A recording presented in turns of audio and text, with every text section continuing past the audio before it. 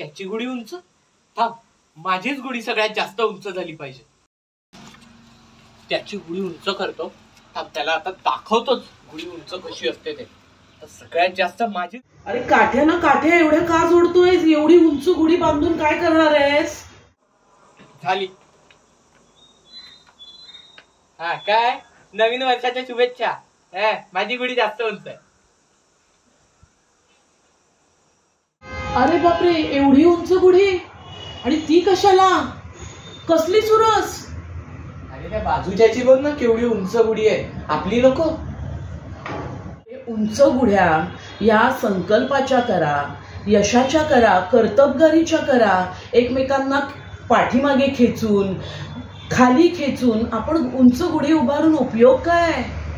तुमचं यश, आनंद, कर्तबगारी आणि तुम्ही ज्या चांगल्या गोष्टी कराल, एकमेकांशी चांगलं वागाल, त्याच वेळी उंच गुढी दाराला उभारली तर ती शोभून दिसणार. रे संकल्पाची, कर्तबगारीची, आनंदाची डोक्यावर नुसत्या अँटिनासारख्या गुढ्या उभ्या राहिल्यासारख्या वाटतायत. एवढ्या सगळ्या गुढ्या कशाला हो? एवढ्या सगळ्या गुढ्या कशाला? या सगळ्याची मिळून एकच गुढी उभारायची असते. सगळे चॅनल्स एकाच अँटिनावर दिसतात का? प्रत्येक चॅनलला वेगवेगळे अँटिने असतात? नाही.